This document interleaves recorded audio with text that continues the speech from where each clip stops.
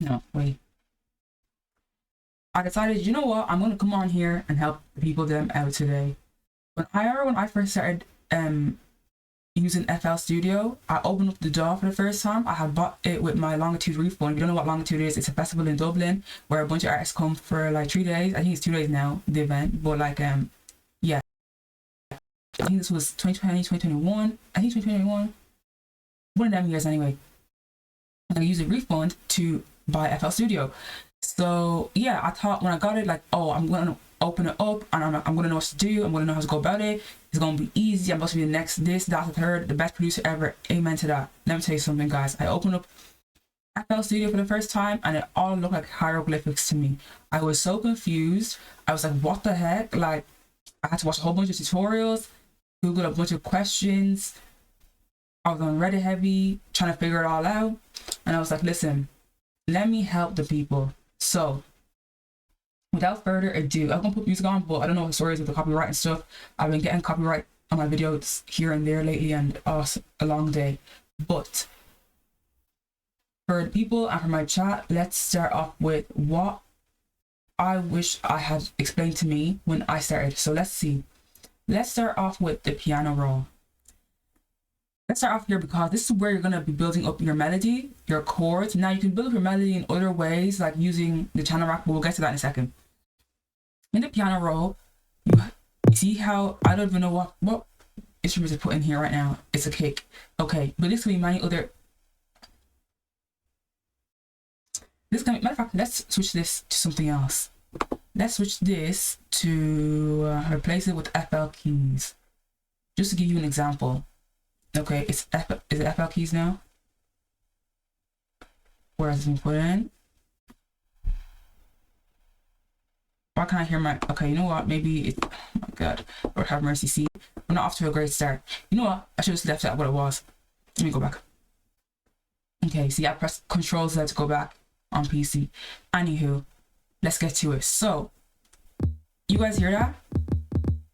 That is how you're going to build up your chord. So imagine this is like a piano or something, right? You can do all sorts. You can just, you know, place it anywhere. And what it will do is give you your melody. You can use this to build up your melody, your bass line, your leads, your harmonies, whatever you want.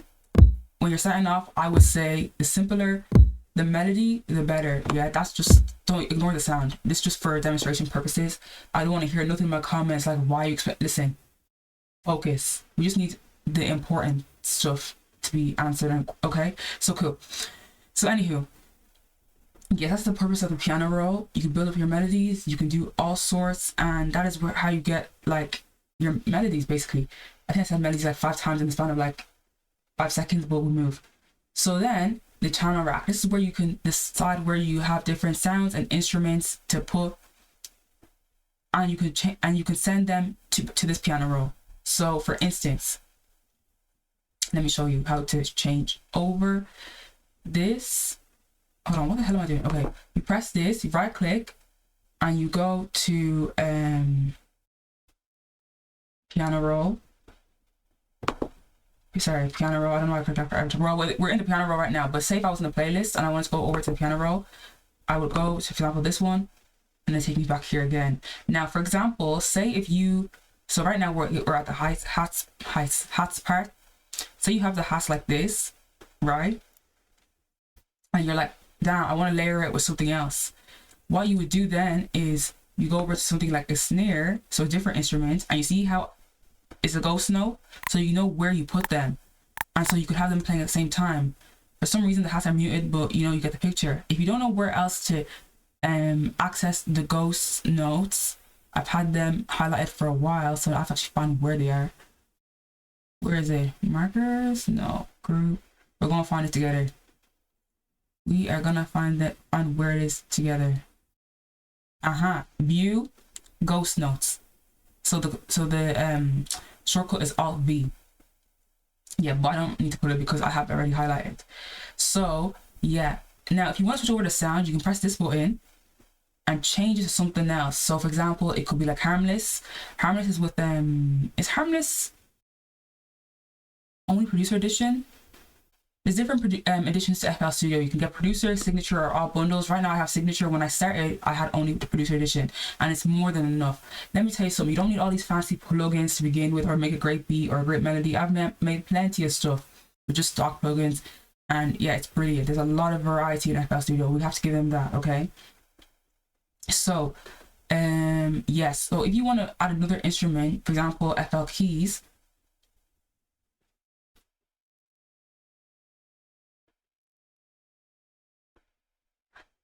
Why is it not showing up? You know what? We did get a notification that there's no storage. I don't even know if it's just stuff isn't downloaded right now, which is ridiculous. But okay, you know what? Whatever, guys. If you want to add more instruments, it'll just come up itself. Ignore mine doing this. It's doing it because of storage, okay? But literally, if you want to add something else, you can literally press anything up and down here, and it'll add itself in. That's the basics of that. Now the channel rack has a bunch of different functions. This is for, you know, to move this fader is for the volume. It's to change, you know, the loudness and everything. This is the pre-fader. This one is for panning. Oh, I muted it. This one is for panning. It's similar to the ones in the mixer. Hold on. No, we haven't got the mixer yet. Listen, you have to go do one at a time. Guys, you know I'm all over the place when I describe these things. But, you know, follow along. Okay, so this is what you would use these for a premix. So when you're starting off your mix, you would use these for the sound.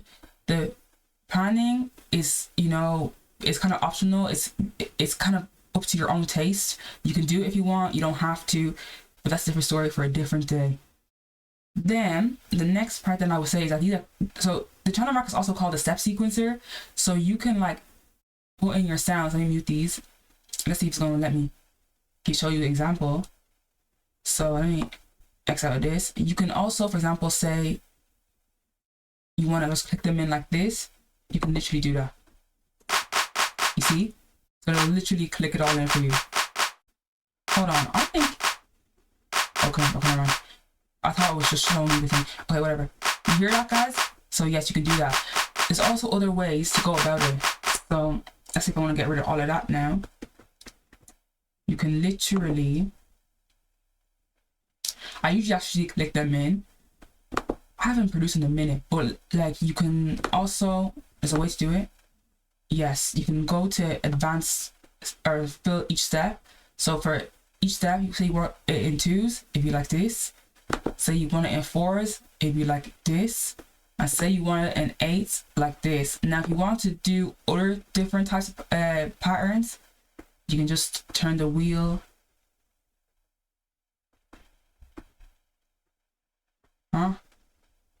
You know what? Let me just show you the random version. Yeah, you can do random order.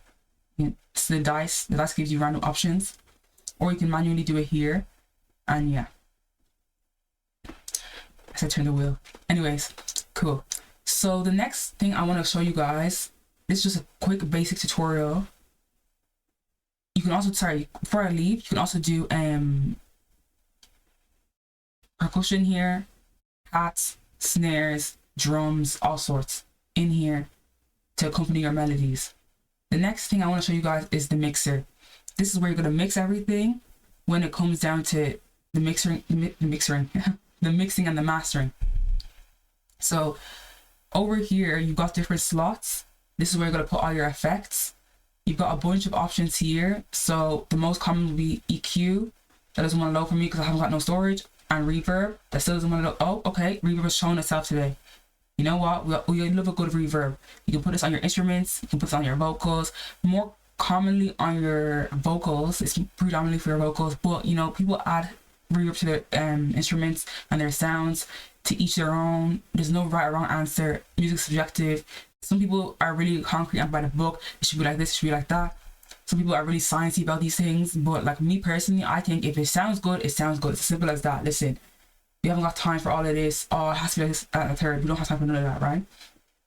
So yeah, you can line up all your instruments here in the different slots. I'm going to open up the channel rack for a second and show you something. So say you have an instrument, right, or a sound, and you want to send it to over here. This number 1 in the mixer track is the same as the number 1 in the channel rack. So this is this. You want to change rename it, you can also do that. So say if I want to call it kick on its own, right? Now it's kick. But if you want, you can also do this over here. I advise you guys to name and label your tracks to make it easier. And also give them colors, color coordinate them. Am I moving too fast, guys? Let me go a little slower. You see, name and you can color and do all that. Now, there actually is a way where you can have it go on everything at the same time. Low key, I forgot how to do it. I haven't been on this in a minute. You know what? I probably will say it in a separate video when I do remember. But there is a way to make this track, channel rack, and the playlist all go to the same title, color, and number. But yes, label your things, guys. These faders are for panning, so you can pan left and right. It's up to you. Again, subjective. It depends on what the song is calling for, what the track needs. This controls the volume, higher and lower, but it's good to, deal with the faders first. This over here, first let me go with this first. This is the master. All your sounds go to this, and you can side chain stuff down the bottom here. You can also send specific things. So this is open right now. You see how this is connected to this? You can also turn that off so it's not. You can send other things there. You can connect this to this. You can connect this so it's all connected to this. It depends what you want. You have to go down and press those. This controls I almost call this a thermometer, guys. So this is to see your loudness and how loud things are. So you see, that's the clap happening right now. Let me call this clap so you guys can see clearly. We'll make it blue. I'll make it blue. This is a clap. So this clap, you see how it's this loudness, but if you want to take down the volume, now let's say I wanted to just cap it at like 15, right? What I would do is I would go to, hold on. Yes, I would go to, let me make the same name so it makes it easier for you guys to follow along. I would go to the clap here and the clap here, and I press it and I turn it down here first before I deal with it on the faders. That's more of a mixing thing to be fair. So if I wanted this at 15, usually I keep it at 12, but let's just do 15 for now to show you the contrast. Yeah. Now say I didn't want it to go past a certain thing so it's not peaking, I might turn it up a bit higher like this, because the fader, this pre-fader here, I feel like it's different to this.